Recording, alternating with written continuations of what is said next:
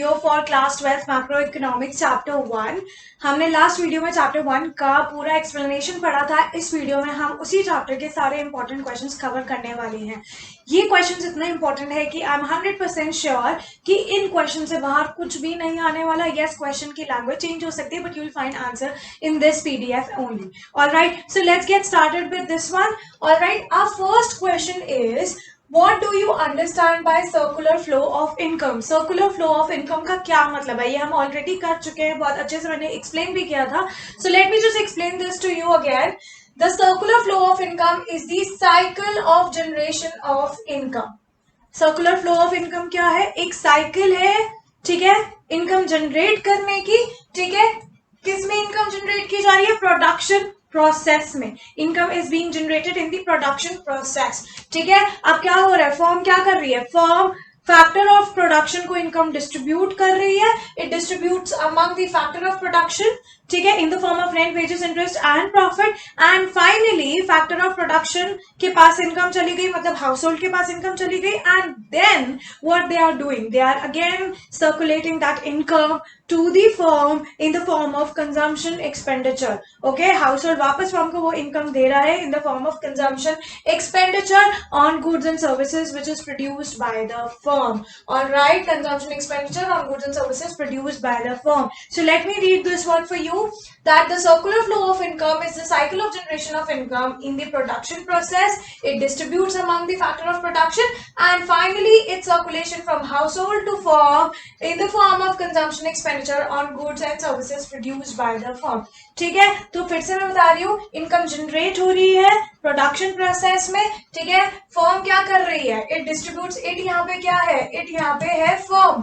Alright, firm क्या कर रही है? डिस्ट्रीब्यूट कर रही है फैक्टर ऑफ प्रोडक्शन को इनकम, और वो फैक्टर ऑफ प्रोडक्शन को जब इनकम दी जा रही है वो इनकम कहाँ लेके जा रहे हैं? हाउस होल्ड में. ठीक है, एंड फाइनली हाउस होल्ड वापस फर्म को दे रहा है वो income in the form of consumption expenditure on the purchase of goods and services.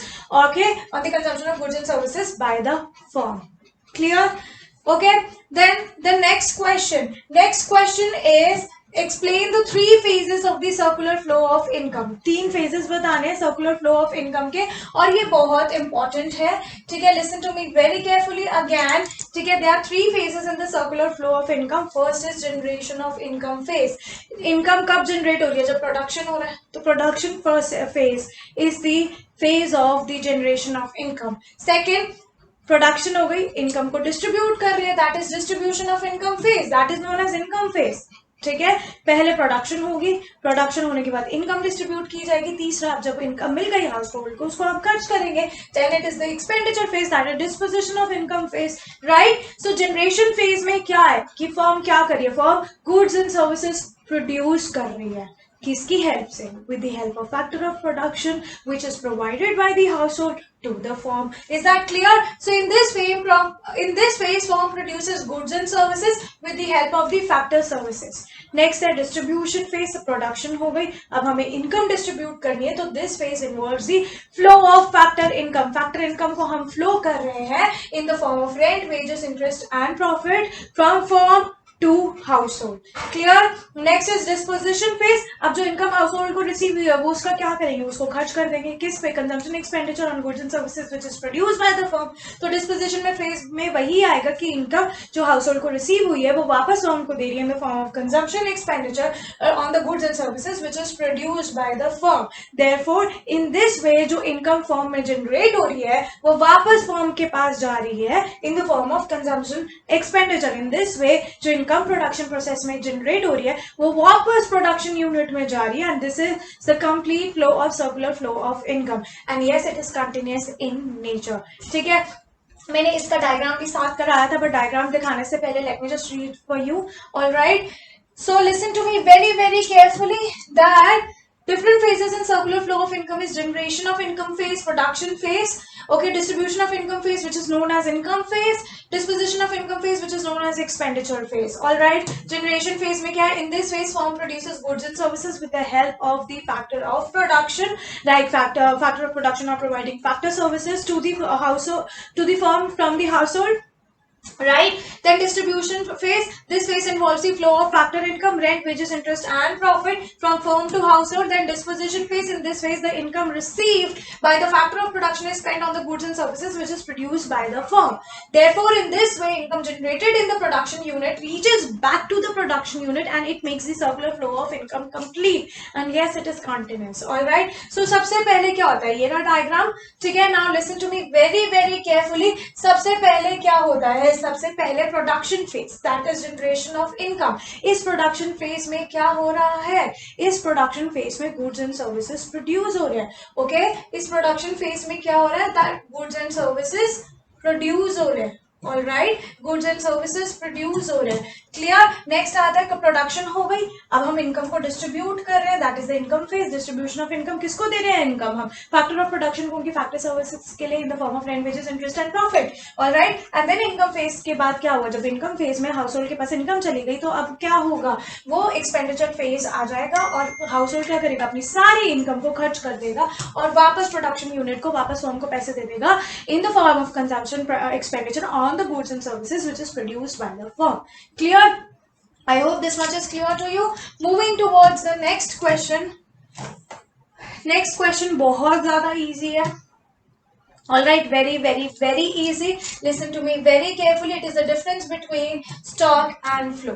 मैंने जैसे कि बताया था, स्टॉक वो वेरिएबल है जिसको पॉइंट ऑफ टाइम पे मेजर करा जाता है, ठीक है, और फ्लो वो वेरिएबल है जिसको पीरियड ऑफ टाइम में मेजर किया जाता है. तो stock is that variable which is measured eight a particular point of time and flow is that variable which is measured eight a particular period of time. एक duration में measure किया जाता है फ्लो, ठीक है, और एक पॉइंट ऑफ टाइम पे मेजर किया जाता है स्टॉक. अब स्टॉक एक पॉइंट ऑफ टाइम पे मेजर किया जाता है तो उसका कोई टाइम डायमेंशन नहीं है, कोई ड्यूरेशन नहीं है, so it has no time dimension. Flow एक पर्टिकुलर पीरियड में काउंट किया जा सकता है, 2 घंटे, 1 दिन, 1 हफ्ता, कैसे भी हो सकता है, ठीक है, 1 साल, 1 महीना, ठीक है. तो it has a time dimension and it magnitude can be measured over a period of time. Stock stated रहता है, it can not be change, so उसका कॉन्सेप्ट स्टेटिक है, ठीक है.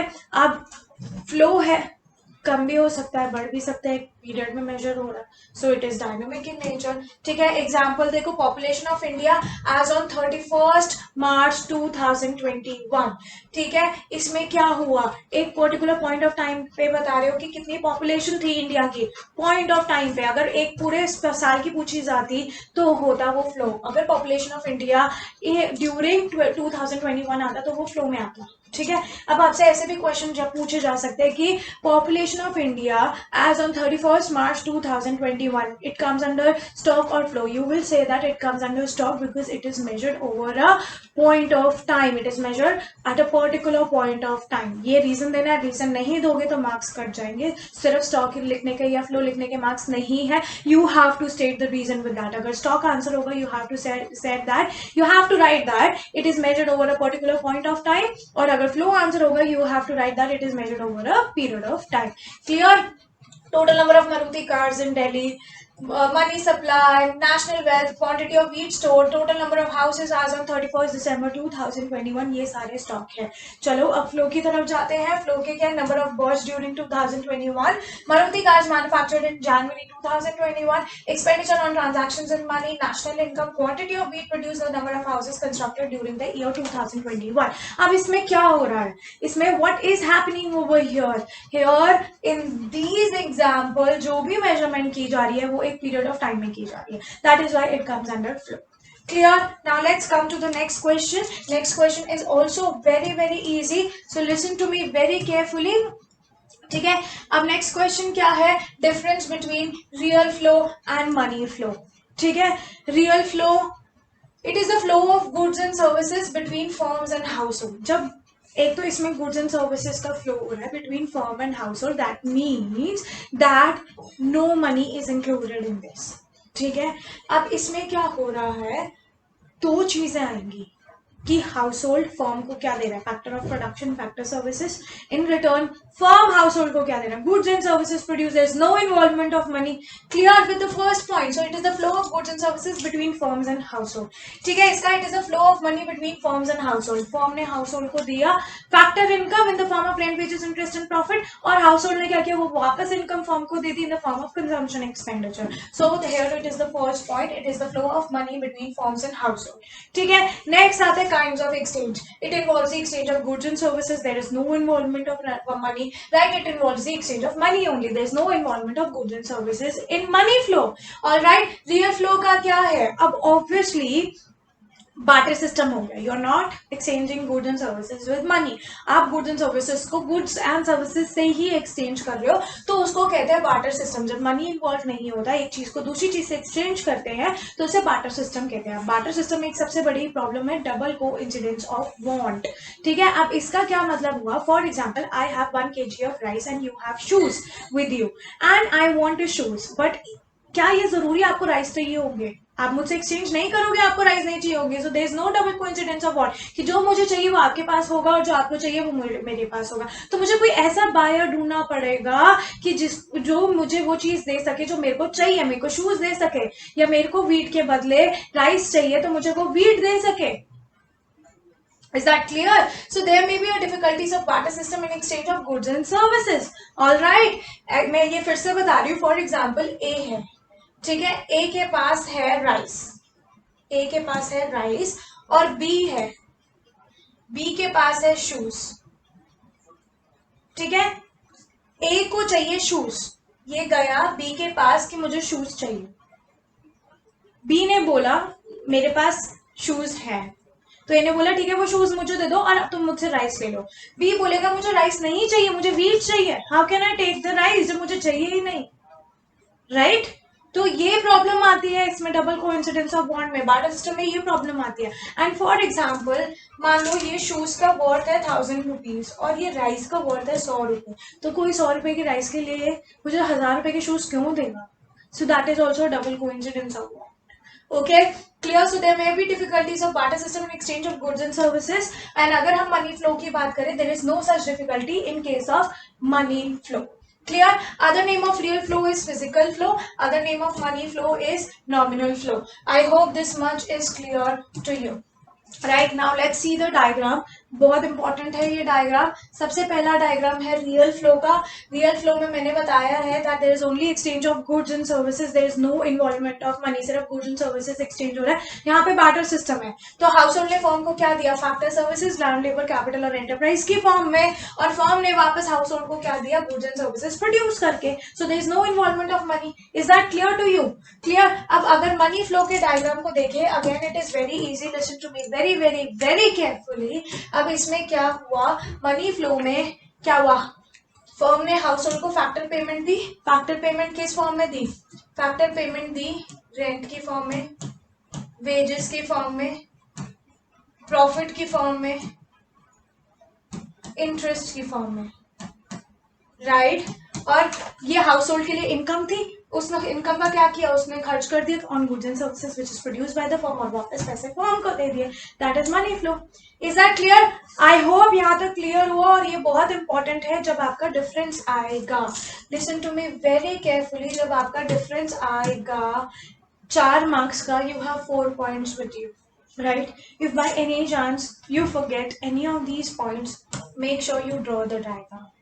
रियल फ्लो में ये डायग्राम बना देना, मनी फ्लो में ये डायग्राम बना देना, छोटे छोटे बना देना, टेबल आगे एक्सपैंड करके। और अगर और ज्यादा मार्क्स का है तो again diagram will do. All right, so diagram बहुत इंपॉर्टेंट, अगर एक पॉइंट मिस करके डायग्राम भी बनाओगे, teacher will be so happy that she will give you the marks. Okay, then moving towards the next question, explain the 4 sectors of economy. You know there are 4 sectors of economy. एक household sector है, right? एक producing sector है, एक government sector है, एक foreign sector है, ठीक है। अब हमने कौन से sector पढ़े, हमने household sector पढ़ा, हमने producing sector पढ़ा। producing sector कौन सा होता है, firms। producing sector कौन सा हुआ, firms। Is that clear? और हम यही तो पढ़ेंगे because we are studying about the simple economy, and simple economy includes only 2 sectors, that is household and producing sector. All right, rest of the 2 we will learn, but for this question only, not for other questions. Okay, so household क्या है? It includes a consumer of goods and services. Household sector क्या है? वो goods and services consume करता है. So we can say that it is the consumer of goods and services. Is that clear? Next, household sector क्या है? It is the owner of the factor of production, क्योंकि land, labor, capital, enterprise कहाँ से आ रहे हैं? Household से आ रहे हैं. So we can say that it includes the owner of the factor of production. Clear. Then household क्या कर रहा है? वो land, labour, capital, enterprise supply कर रहा है किसको? फर्म को. ठीक है, और ये जो फैक्टर ऑफ प्रोडक्शन है, इनको इनकम मिल रही है, लैंड, लेबर, कैपिटल, एंटरप्राइजेस को इनकम मिल रही है. ठीक है, किस फॉर्म में? रेंट, वेजेस, इंटरेस्ट और प्रॉफिट की फॉर्म में. ठीक है, और हाउसहोल्ड क्या करता है? जैसे कि मैंने बताया, वो कंज्यूमर है गुड्स एंड सर्विसेज का, तो अपनी वांट्स को सैटिस्फाई करने के लिए गुड्स एंड सर्विसेज को कंज्यूम कर रहा है. Right. Next is the producing sector. Producing sector में जितनी भी फॉर्म्स है, इकोनॉमी की प्रोड्यूसिंग फॉर्म्स है, वो प्रोड्यूसिंग सेक्टर में आएगी और वो गुड्स एंड सर्विसेज प्रोड्यूस कर रही है with the help of the factor of production which is provided by the household to the producing sector. ठीक है, फॉर्म क्या कर रहा है? गुड्स एंड सर्विसेज प्रोड्यूस कर रहा है. For what it is producing goods and services? To make profit. Right. Let me just read these 2 points, then आगे के 2 सेक्टर्स और करेंगे. ठीक है, सबसे पहले हाउसहोल्ड सेक्टर है. ठीक है, household sector includes the consumer of goods and services. It includes the owner of factor of production. It supplies factors like land, labor, capital and enterprises. All the factor of production receive income in return in the form of rent, wages, interest and profit. Households consume goods and services to satisfy their wants. ये सारे points हम cover कर चुके हैं. Next is the producing sector. It includes all the producing firm in the economy to produce goods and services. The firm hires the factor of production from household. Firm produces goods and services to make profit. ठीक है, next आता है government sector. Now listen to me very carefully. Government sector में क्या है? Government 2 तरीकों से काम कर रहे हैं. Government acts in 2 capabilities. One as a social worker, that means as a welfare agency, and one as a producer. कुछ चीजें गवर्नमेंट प्रोड्यूस करती है so that वो poor people भी अफोर्ड कर सके at an affordable price. क्योंकि अगर हम प्राइवेट सेक्टर के हाथ में सारी चीजें दे देंगे तो वो प्रॉफिट अर्न करने के लिए सब चीजें इतनी एक्सपेंसिव होती हैं कि वो पुअर वर्कर्स या पुअर हाउसहोल्ड उन्हें नहीं बाय कर सकते, उन्हें नहीं कंज्यूम कर सकते या उन्हें अफोर्ड नहीं कर सकते. इसलिए कुछ चीजें जो बेसिक नीड्स वाली होती है, बेसिक नेसेसिटी वाली होती है, वो गवर्नमेंट को दी जाती है, जैसे electricity, water, so that even the poor people can afford it at less prices. Okay, clear? तो government acts in 2 capabilities. First, as a welfare agency, government हमें defense provide कर रही है, right? Government हमें law and orders maintain करवा रही है. Government हमें park facilities दे रही है for the public. Right, so it is involved in maintaining law and order, defense and other services for the public welfare. और वो सारी welfare agency की तरह government काम कर रही है या फिर वो social work कर रही है.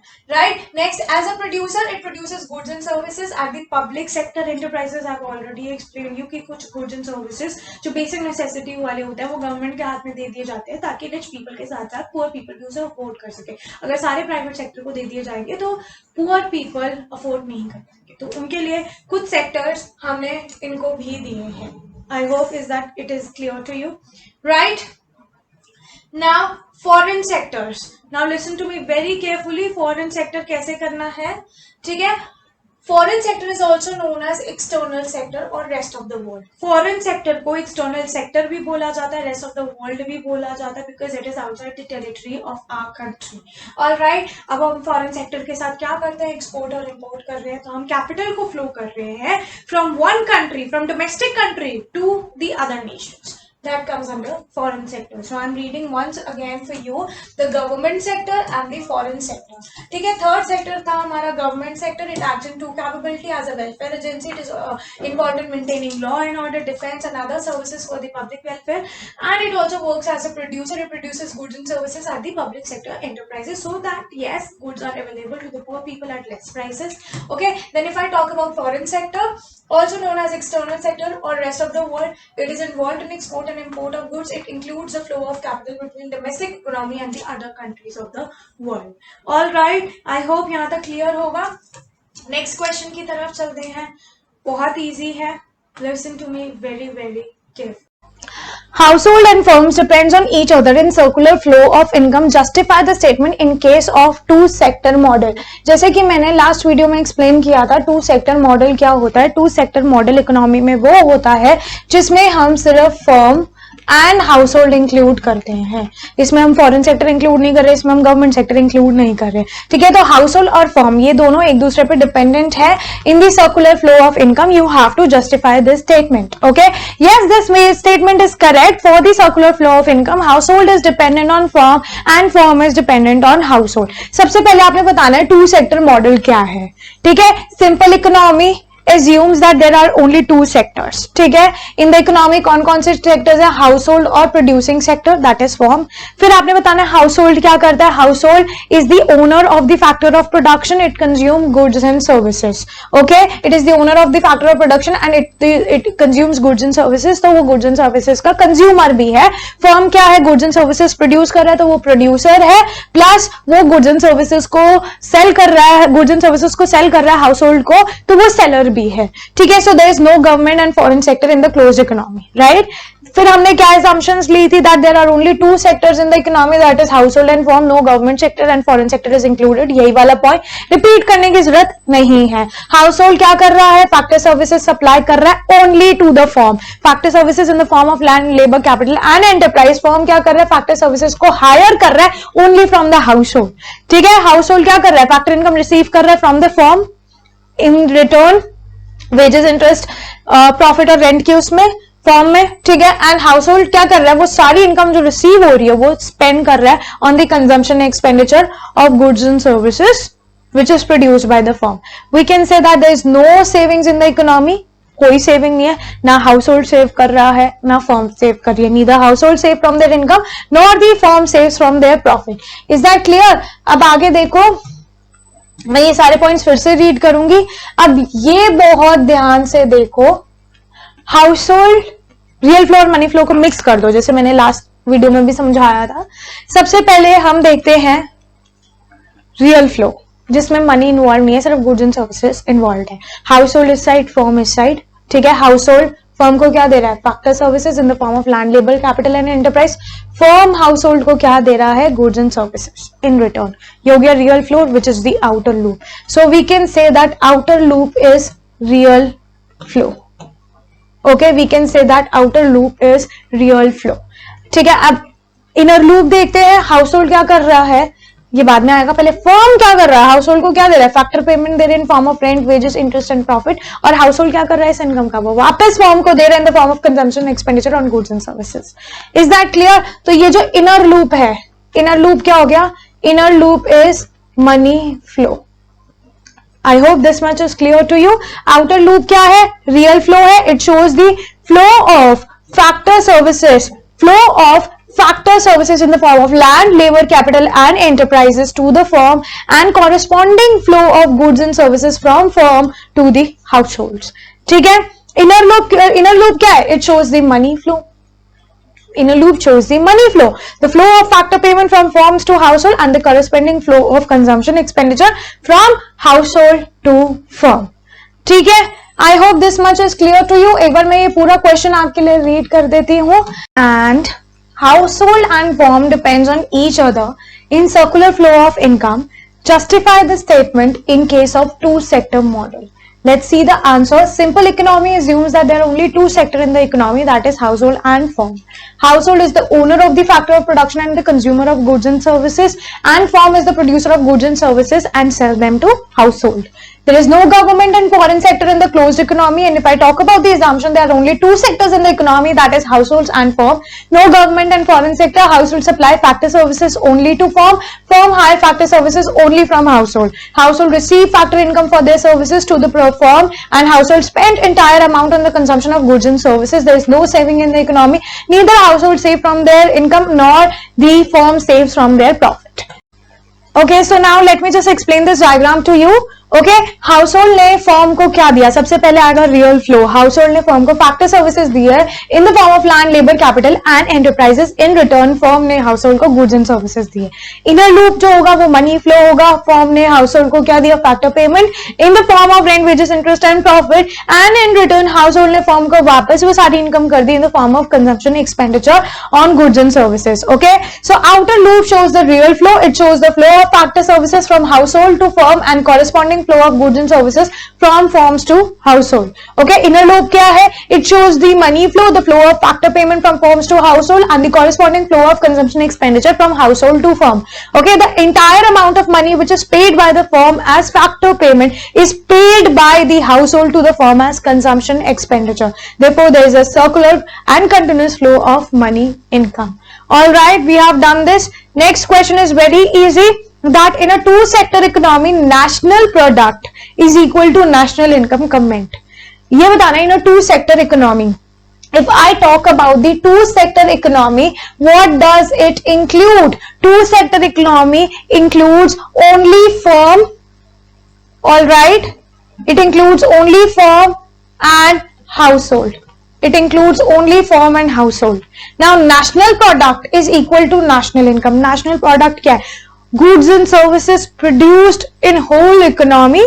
That is the national product, value of goods and services produced in the whole economy. And national income क्या है? जितनी income पूरे nation को आ रही है by selling the goods and services. ये दोनों equal है, because I've already told you there is no saving in household, there is no saving in firm. See, in two sector income जो national product है, national product हमेशा money value में measure किया जाता है। तो जो मनी वैल्यू है गुड्स एंड सर्विसेज की, जो पूरे साल में प्रोड्यूस्ड हुई है, ठीक है, फैक्टर ऑफ प्रोडक्शन की हेल्प से, वो हो गया नेशनल प्रोडक्ट। तो टोटल वैल्यू ऑफ आउटपुट जो भी फैक्टर ऑफ प्रोडक्शन ने दिया है, that is the national product. अब in return factor of production को क्या मिल रहा है? Rent, wages, interest and profit, अपनी फैक्टर सर्विसेज देने के लिए, राइट? तो जितना प्रोडक्शन करी है फैक्टर ऑफ प्रोडक्शन के ने, उसी के वैल्यू के हिसाब से तो फैक्टर सर्विसेज को income, rent, wages and profit मिलेगा। ओके, सो हमेशा बोला जाता है that national product is equal to national income in two sector economy because we assume that there is no saving. ठीक है, जितना फैक्टर ऑफ प्रोडक्शन प्रोड्यूस कर रही है गुड्स एंड सर्विसेज, उसको अगर हम मनी वैल्यू में देखें, उतनी ही इनकम हाउस होल्ड को मिल रही है in the form of rent, wages, interest and profit. It includes profit as well, right? So that is why we say that national income is equal to national product. So let's read this in a two-sector model. The national product in terms of money value of goods and services produced is distributed among the productive factor. It means total value of output is given to factor of production in the form of rent, wages, interest and profit for their factor services. So the national product, that is value of goods and services produced in the money form, is exactly equal to the national income, that is income generated. तो जितना value है goods and services का, उतनी ही income generate हुई है, उतनी income goods and services factor of production को दी गई है. Is that clear? Moving towards the next question. It is very easy, ऐसे क्वेश्चंस भी आएंगे, ठीक है? ये क्वेश्चन क्या है? Flow of income is circular in two sector economy. Comment. अभी हमने पढ़ा फ्लो ऑफ इनकम सर्कुलर होता है टू सेक्टर इकोनॉमी में. अगर फिर से मैं टू सेक्टर इकोनॉमी की बात करूं, टू सेक्टर इकोनॉमी क्या इंक्लूड कर रहा है? Two sector economy firm and household include कर रहा है, firm and household include कर रहा है. So yes, the given statement is correct. पूरे चैप्टर में हमने यही तो पढ़ा है. The given statement is correct that flow of income is circular in two sector economy. जो इनकम हाउस होल्ड को रिसीव हो रही है वो वापस फर्म को दी जा रही है in the form of consumption expenditure. और जो इनकम हाउस होल्ड को रिसीव हो रही है वो कहां से आ रही है? फर्म से आ रही है in the form of factor income. So the income which is received by the household from firm to their factor services is spent by the household on the purchase of goods and services which is produced by the firm. Thus income goes back from where it had come. This flow of income continues as a production is a continuous process. ये सारा हम बहुत अच्छे से cover कर चुके हैं, ठीक है? Moving towards the next question. Next question भी बहुत इजी है. You have to give the example of flow concept. Flow concept क्या होता है? जो एक पर्टिकुलर पीरियड ऑफ टाइम में मेजर किया जाता है, लॉसेस पूरे पीरियड ऑफ टाइम में मेजर किए जाते हैं। Production of cement in the year 2021, वो भी फ्लो कंसेप्ट हुआ, क्योंकि पूरे साल में जितनी प्रोडक्शन हुई है, एक पर्टिकुलर डेट की प्रोडक्शन नहीं पूछी मैंने, पूरे साल की पूछी है, तो इसलिए it is the example of flow concept. अगर स्टॉक कंसेप्ट की बात करूं तो स्टॉक वो होता है, इट इज दैट वेरिएबल जिसको मेजर किया जाता है at a particular point of time, और वो हो गया capital and balance in bank account. ठीक है, now classify the following as stock and flow. कुछ चीजें दी गई हुई है, आपने बताना है स्टॉक है, फ्लो है, और उसका रीजन साथ में देना है। Amount of bank deposit as on 31 March 2021। अब ये ध्यान से देखो कि ये पूछा क्या गया है, बैंक डिपॉजिट पूछा गया है एक डेट पे, पर्टिकुलर डेट पे, तो पर्टिकुलर डेट आ गया, पॉइंट ऑफ टाइम आ गया, तो it is stock as they are related to a point of time. Losses, losses कब मेजर किए जाते हैं? पीरियड ऑफ टाइम में मेजर किए जाते हैं। लॉसेस कब मेजर करे जाते हैं? पीरियड ऑफ टाइम में, एक महीने में कितना लॉस हुआ, 10 दिन में कितना लॉस हुआ। सो फ्लो कॉन्सेप्ट है ये, it is measured over a period of time. National income of a country, पूरे साल की नेशनल इनकम इकट्ठे निकलती है, तो फ्लो कंसेप्ट हो गया, क्योंकि ये पूरे साल में मेजर किया जा रहा है over a period of time. Saving, saving is also measured over a period of time. आपने एक महीने में कितनी सेविंग करी है, ऐसे पूछा जाता है। So flow as a saving measured over a flow as saving is measured over a period of time. Number of literate people as on 31st March 2021, फिर से एक पर्टिकुलर डेट आ गई, so it is measured at a particular point of time, it comes under stock. Profit महीने में, 10 दिन में, साल में मेजर किया जाता है, तो फ्लो है, measured over a period of time. ठीक है, production of cement in the year 2021, पूरे साल में कितना प्रोडक्शन हुआ सीमेंट का, फ्लो है, पीरियड ऑफ टाइम में मेजर किया जा रहा है। Population of income India as on 31 March 2021, एक पर्टिकुलर डेट पे पूछी जा रही है कितनी पॉपुलेशन है, तो वो स्टॉक कंसेप्ट हो गया। अगर पीरियड में पूछी जाती, ठीक है, तो कि पूरे साल में कितनी पॉपुलेशन थी, तो वो फ्लो कंसेप्ट हो जाता है। ठीक है, वेल्थ की बात करें तो वेल्थ एक पॉइंट ऑफ टाइम पे मेजर करी जाती है। GDP is measured over a period of time, क्योंकि पूरे साल की जीडीपी इकट्ठे निकलती है। प्रोडक्शन की बात करें तो again it is measured over a period of time, तो वो भी फ्लो है। रॉ मटेरियल की बात करें तो रॉ मटेरियल स्टॉक है, इन्वेंट्री है, क्योंकि एक पर्टिकुलर पॉइंट ऑफ टाइम पे ही रॉ मटेरियल मेजर किया जाता है। Balance in a bank of account, bank account की मैंने यहां पे भी बात करी थी, यहां पे भी बात कर रही हूं, हमेशा पॉइंट ऑफ टाइम पे मेजर किया जाता है, so it considered as a stock. Alright, bank account हमेशा स्टॉक में आता है। ठीक है, उसके बाद नेक्स्ट क्वेश्चन, रॉ मटेरियल हो गया, बैलेंस हो गया, number of person employed during December, पूरे एक महीने में, तो पीरियड ऑफ टाइम आ गया। Flow, capital, it is related to the point of time. ठीक है, now the last question of this chapter is difference between closed economy and open economy. अगर closed economy की बात करूं, ये मैंने जैसे कि लास्ट चैप्टर में, लास्ट वीडियो में आपको समझाया था कि क्लोज इकोनॉमी वो होती है जिसका रेस्ट ऑफ द वर्ल्ड से कोई रिलेशन नहीं होता, ओपन इकोनॉमी वो होती है जिसका रेस्ट ऑफ द वर्ल्ड से रिलेशन होता है। और अगर आज के करंट सिनेरियो की बात करें, कोई भी ऐसी कंट्री नहीं है जिसका रेस्ट ऑफ द वर्ल्ड से रिलेशन ना हो, किसी भी तरीके का रिलेशन होता है। तो आज के टाइम पे जितनी भी इकोनॉमी है वो ओपन इकोनॉमी है। क्लोज इकोनॉमी में 3 सेक्टर्स आते हैं, firm, household and government. Foreign sector नहीं आता। ओपन इकोनॉमी में 4 सेक्टर आते हैं। ठीक है, तो let's read this. Close economy, no economic relation with the rest of the world. Open economy, economic relation with the rest of the world. In the closed economy, in the current scenario, there is hardly any country which does not have any economic relation with other nation, whereas in an open economy, in the current scenario, all the nations have economic relation with other nation. There are 3 sectors in closed economy, whereas there are 4 sectors in open economy. Example of closed economy is household, firms and government, and example of open economy is household, firm, government and foreign sector. And here all the important questions of chapter 1 is completed. Now in the next video I am coming up with the second chapter, and अगर इस video में कोई भी doubt है या फिर कुछ भी प्रॉब्लम आ रही है, चैप्टर हुआ है या नहीं हुआ है, please tell me in the comment box. इस चैप्टर का एक्सप्लेनेशन का लिंक मैंने डिस्क्रिप्शन बॉक्स में डाल दिया। If you have any doubt, if you want to take a Zoom class with me on this chapter, please join my telegram link. The link is shared in the chat box. Okay, the link is shared in the description box. कोई भी doubt होता है आप comment कीजिए या Telegram पे मुझे message कीजिए, ग्रुप में ऐड हो जाइए by joining the link which is in the description box. Do not forget to follow me on Telegram. Do not forget to follow me on Instagram. Do not forget to follow me on Facebook for all the notes and upcoming videos. Do not forget to ring the bell icon for receiving the notification for all my upcoming videos. All the very best. And yes, tomorrow I'm coming with the new video for chapter number 2. Bye bye everyone.